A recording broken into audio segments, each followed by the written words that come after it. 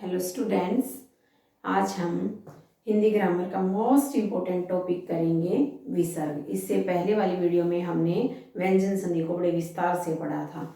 हम स्वर संधि को तो फिर भी कर लेते हैं, जो व्यंजन और विसर्ग संधि है इसमें ही सबसे ज़्यादा जो है पजल होते हैं। तो आइए आज हम देखते हैं कि विसर्ग संधि के नियम। अगर हम इसको बड़ी शिद्दत से समझ लेंगे और कर लेंगे और पूरी वीडियो बड़े ध्यान से देखेंगे तो आज के बाद विसर्ग संधि भूलना बिल्कुल बंद। आज के बाद आपको जो विसर्ग संधि और व्यंजन संधि संबंधित किसी भी प्रकार का कोई डाउट नहीं रहेगा। तो आइए देखिए विसर्ग संधि।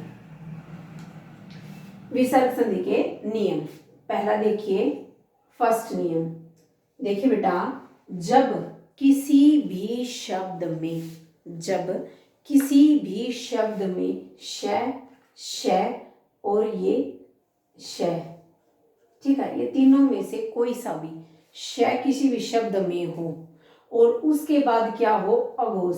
इससे नेक्स्ट जो वीडियो मैं बनाऊंगी वो जिसमें आप ज़्यादा गड़बड़ करते हो अघोष, सघोष और अल्पप्राण और महाप्राण के ऊपर जो है वीडियो बनाऊंगी, जिसमें आप सबसे ज़्यादा पजल होते हो। अगर वो आपको अच्छे से समझ आ गया तो ये नियम भी आपको बहुत अच्छे से समझ आ जाएंगे। तो वो देखिए अघोष और ये सुघोष में आपको बहुत अच्छे ट्रिक से समझाऊंगी। अघोष होता है किसी भी वर्ण का पहला और दूसरा वर्ण। पहले और दूसरे वर्ण को क्या बोलते हैं बेटा? अघोष बोलते हैं। किसको?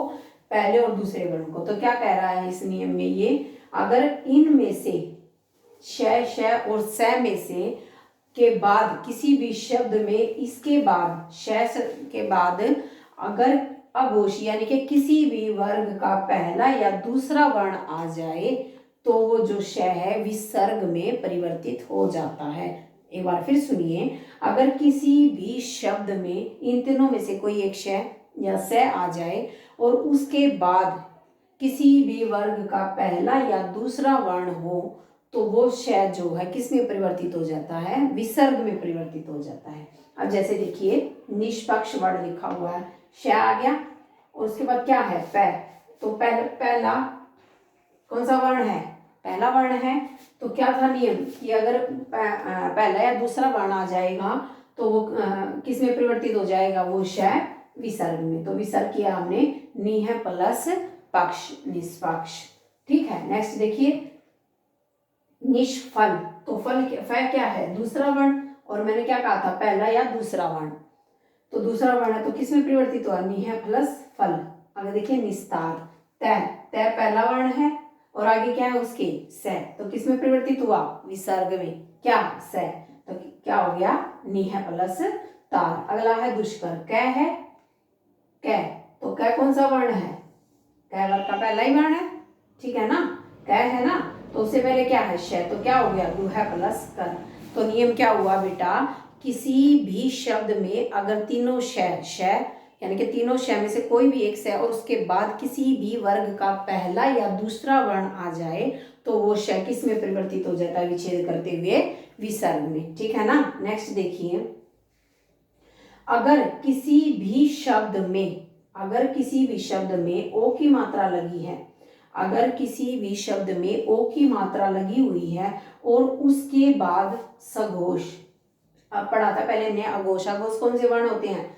किसी भी वर्ण का पहला और दूसरा, और सघोष होते हैं किसी भी वर्ण का तीसरा, चौथा या पांचवा। ये जो तीनों होते हैं ये क्या है बेटा?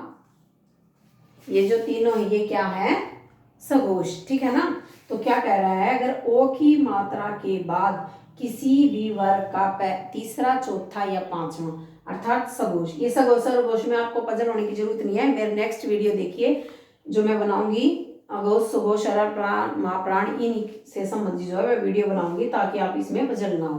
तो जो सघोष है तीसरा, चौथा, पांचवा, ठीक है ना, इसी वर्ण ये वर्ण तीसरा, चौथा, पांचवा आ जाए किसके बाद? ओ की मात्रा के बाद। तो जो वो ओ की मात्रा है वो किस में परिवर्तित हो जाएगी? किसमें हो जाएगी? विसर्ग में। अब आप कहोगे मैडम ओ की मात्रा तो आपने जो है गुण संधि में भी करवाई थी। अब देखिए गुण संधि में ओ किससे बनी थी? ए प्लस ऊ से। ए प्लस ऊ से क्या बना था? ओ। अगर हम इसको करके देखें, पहले में क्या आना चाहिए? तप नेक्स्ट में क्या आना चाहिए, उबल, अकॉर्डिंग टू गुण संधि के नियम। अगर हम तप प्लस उबल, उबल इससे संबंधित है ही नहीं, उबल, तो क्या हो गया, ये जो हमारा विच्छेद है बिल्कुल गलत है। और अगर हम इसको ऐसे कर देते हैं तप प्लस अबल, तो ए प्लस ए आ, तो भी हमारा विच्छेद गलत है। तो हम इसको ऐसे जो है करके देख लेंगे, ठीक है ना। तो वो अगर उस संधि में वो संधि के नियम के अनुसार नहीं होता तो वो इसका मतलब क्या है बेटा, वो गलत है। समझ आया। तो क्या हुआ, तप है प्लस बल, ठीक है ना। तो ओ की मात्रा के बाद बै था, और बै कौन सा वर्ण है, बै कौन सा वर्ण है, तीसरा, पै वर्ग का तीसरा है। तो उससे पहले की जो ओ की मात्रा वो किस में परिवर्तित हो गई, विसर्ग में। नेक्स्ट देखिए मनोज, ओ है, ओ के बाद कौन सा वर्ण है, जय, जय कौन सा है, जय वर्ग का तीसरा। तो वो किस में, ओ की मात्रा किस में परिवर्तित हुई, विसर्ग में। मन है प्लस जय, ऐसे ये है, ओ की मात्रा ओ के बाद जय वर्ग का कौन सा वर्ण है, तीसरा, जय है ना तीसरा वर्ण, तो किसमें हुआ, सर है प्लस जय में। तो ओ की मात्रा किसमें परिवर्तित होगी बेटा, विसर्ग में। नेक्स्ट है पयोद, ओ की मात्रा है, ओ की मात्रा अब देखिए द, जो द है तय वर्ग का कौन सा वर्ण है, तीसरा है ना। तो तीसरा वर्ण है तो किसमें परिवर्तित हुई, ओ की मात्रा किसमें परिवर्तित हुई, विसर्ग में, ठीक है ना। समझ आया कि क्या नियम हुआ कि जब भी ओ की मात्रा के बाद किसी शब्द में ओ की मात्रा लगी हुई है और उसके बाद अगर किसी भी वर्ग का तीसरा, चौथा या पांचवा वर्ण आ जाए तो ओ की मात्रा किसमें परिवर्तित हो जाती है, विसर्ग में। समझ आई, ठीक है ना। यानी कि सघोष अगर कोई वर्ण आया हुआ है तो वो ओ की मात्रा किसमें परिवर्तित हो जाएगी बेटा, विसर्ग में। अब नेक्स्ट नियम देखिए, हाँ देखिए, अगर कोई भी किसी भी वर्ग के दो सेम वर्ण एक साथ आ जाते हैं तो जो पहला वर्ण है वो किस में परिवर्तित हो जाता है, विसर्ग में। जैसे मैंने लिखा हुआ निःशुल्क, तो श है विसर्ग में परिवर्तित हो गया, ठीक है ना। अगला है निःशब्द, किसमें परिवर्तित हुआ, विसर्ग में। अगला दुस्साहस, स है तो किसमें परिवर्तित हुआ, विसर्ग में, दुह प्लस सास।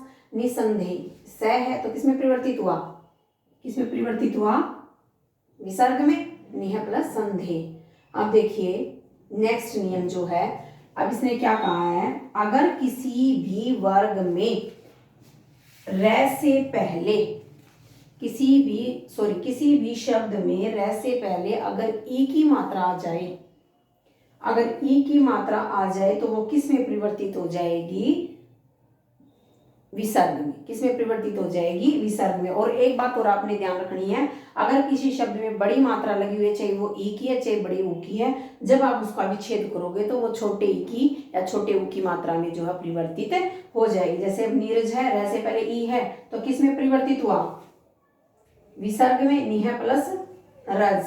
नीरस, र है तो ई छोटी होगी और किस में परिवर्तित हुआ, सॉरी किसमें नियम, क्या नियम लगा फिर इसमें, मैंने नियम बताया है कि र से पहले अगर ई है तो वो जो ई है वो छोटी बन जाएगी और उसके आगे क्या लग जाएंगी, विसर्ग, ठीक है ना। कब, जब र से पहले क्या होगा, ई की मात्रा, ठीक है। ऐसे इसमें है निरोग, र है तो किसमें परिवर्तित हुआ, निह प्लस रोग। समझ आया, ई की मात्रा र से पहले है ना, ई की मात्रा, तो वो किस में परिवर्तित हुआ, निह प्लस रोग। नेक्स्ट है फिफ्थ नियम है, देखिए जब कभी भी किसी भी शब्द में उड़ियन रे लगा हो, किसी भी शब्द में जब उड़ियन रे लगा हो तो वो किस में परिवर्तित हो जाता है, विसर्ग में। आपने ध्यान रखना है, जब किसी भी शब्द में उड़ियन रे लगा हुआ है तो वो किस में परिवर्तित हो जाएगा बेटा, वो किस में परिवर्तित हो जाएगा,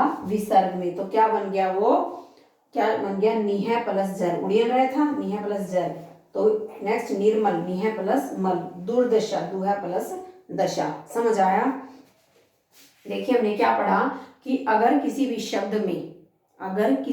शब्द में तीनों स में से कोई श या स हो और उसके बाद क्या हो, अघोष, यानी कि किसी भी वर्ग का पहला या दूसरा वर्ण हो तो वो किस में परिवर्तित हो जाएंगे, विसर्ग में। नेक्स्ट देखिए, अगर किसी भी ओ की मात्रा के बाद किसी भी वर्ग का तीसरा, चौथा, पांचवा माने सघोष लगा हो तो वो ओ की मात्रा किस में परिवर्तित हो जाएगी, विसर्ग में। नेक्स्ट, अगर दो वर्ण एक साथ आ जाएं, एक ही वर्ण एक साथ एक साथ आ जाए, एक वर्ण दो बार एक साथ आ जाए, एक वर्ण एक साथ दो बार आ जाए तो वो पहला वर्ण किस में परिवर्तित हो जाएगा? विसर्ग में। नेक्स्ट हमने क्या पढ़ा कि ई की मात्रा के बाद अगर र है या र से पहले ई की मात्रा है तो वो जब हम उसका विच्छेद करेंगे तो ई की मात्रा जो है बड़े ई की मात्रा जो छोटे ई में परिवर्तित हो जाएगी और क्या लग जाएंगे? विसर्ग। नेक्स्ट अगर उड़ियन र है तो उसमें भी जो उड़ियन र जब विच्छेद करेंगे तो वो किस में परिवर्तित हो जाएगा? विसर्ग में। आप इसको बार बार जब इसकी बुक से बहुत सारे एग्जाम्पल मिलेंगे आपको, उस एग्जाम्पल से आप जब प्रैक्टिस करोगे तो ये आपको बहुत अच्छे से समझ आ जाएगा। अगर आपको मेरी वीडियो प्लीज़ अगर यूज़फुल लगती है तो मुझे मोटिवेशन मिलेगा अगर आप मेरी वीडियो को जो है शेयर और कमेंट्स और लाइक करेंगे। और ऐसे ही मैं आपको जो है वीडियो हर रोज़ बना के देती रहूँगी और आपके काम आती रहूँगी, जो आपकी परीक्षा में आपके लिए बहुत महत्वपूर्ण होगा। तो प्लीज़ मेरे जो है चैनल को लाइक शेयर और सब्सक्राइब कर दीजिए। Thank you.